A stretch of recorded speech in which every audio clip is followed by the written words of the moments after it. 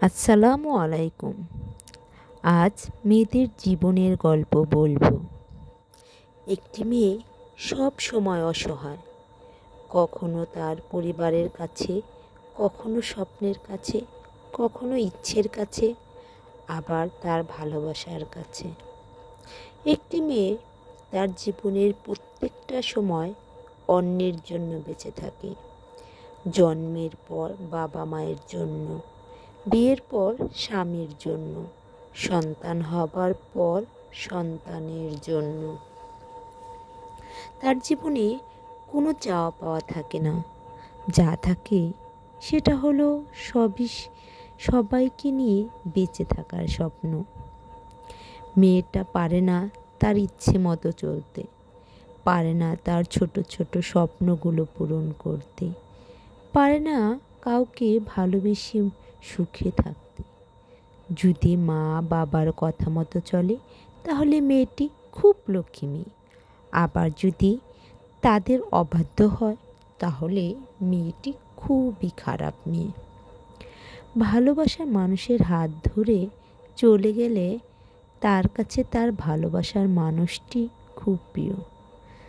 যদি তার কাছে না যায়, কি পরিবারের কথা মতো চলে, তাহলে সেই মেয়েটি হয়ে যায় স্বার্থপর, বেঈমান, প্রতারক, বিশ্বাসঘাতক। সবার কাছেই সেই মেয়েটি খুবই অসহায়।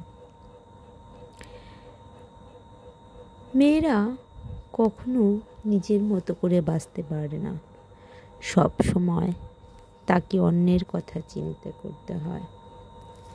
এই চিন্তা করতে করতেই সে একদিন তার জীবনের সকল সুখ শান্তি সব কিছুই হারিয়ে ফেলে।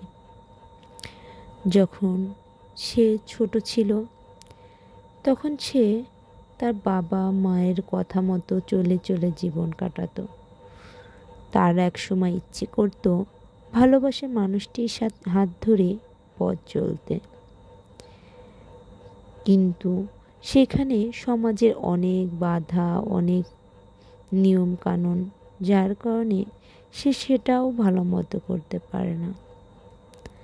তাদের জীবনটা খুবই অসহায়। সবার মতো করে চললে মেয়েরা হয়ে যায় অনেক ভালো, অনেক লক্ষ্মী একটা মেয়ে।